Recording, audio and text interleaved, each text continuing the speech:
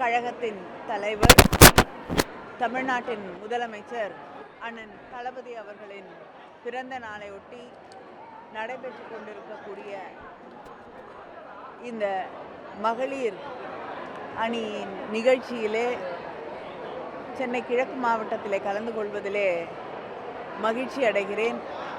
தொடர்ந்து ஒவ்வொரு நாளும் முதலமைச்சர் அவர்களுடைய பிறந்த நாளை கொண்டாடக்கூடிய வகையிலும், அதே நேரத்திலே நம்முடைய முதலமைச்சர் அவர்கள் மக்களை ஏற்றுக்கொள்ள சொல்லி இருக்கக்கூடிய உறுதியை ஒவ்வொரு நாளும் கழக தோழர்களுக்கு, உடன்பிறப்புகளுக்கு நினைவுபடுத்தக்கூடிய வகையிலும் அமைச்சர் திரு சேகர் பாபு அவர்கள் பல்வேறு நிகழ்ச்சிகளை ஏற்பாடு செய்திருக்கிறார்கள்.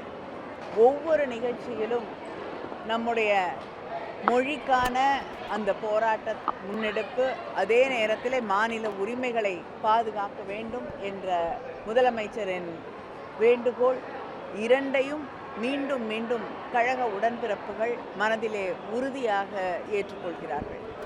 முதலமைச்சர் அவர்களுக்கு என்னுடைய பிறந்த நாள் வாழ்த்துக்களையும் உங்கள் வழியாக மீண்டும் தெரிவித்துக் கொள்கிறேன்.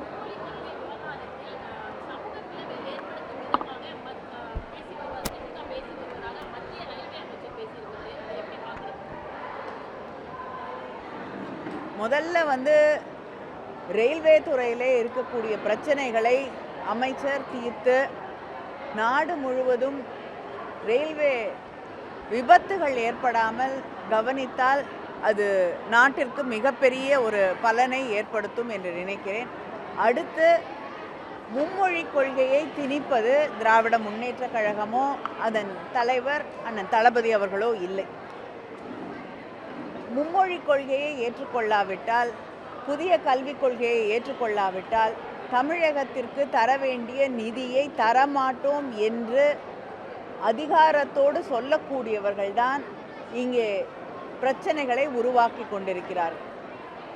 தமிழ்நாடு என்றாலே ஒரு இளக்காரம், தமிழ்நாடு என்றாலே எங்களுக்கு வாக்களிக்க மாட்டார்கள், அதனால் அந்த மக்களுக்கு எந்த திட்டங்களையும் செய்யக்கூடாது என்ற அந்த எண்ணத்தோடு செயல்படுவதுதான் பிளவை ஏற்படுத்துமே தவிர, உரிமைகளுக்காக பேசுவது, போராடுவது என்பது எந்த பிளவையும் ஏற்படுத்தாது, சமூகத்தை ஒன்றிணைக்கும்.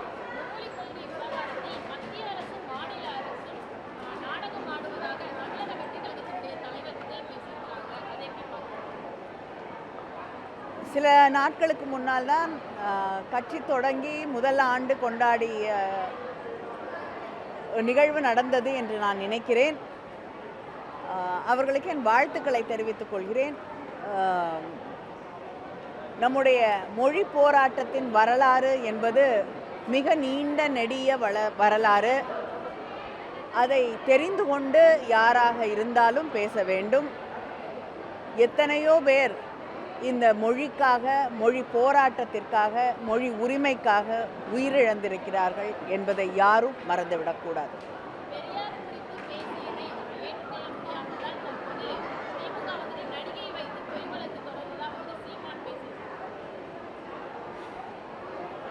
இதைவிட பெரியாரை கேவலப்படுத்த முடியாது. அதனால் இதுக்கு நான் பதில் சொல்கிற அளவுக்கு இது தகுதி வாய்ந்த ஒரு விஷயமே இல்லை.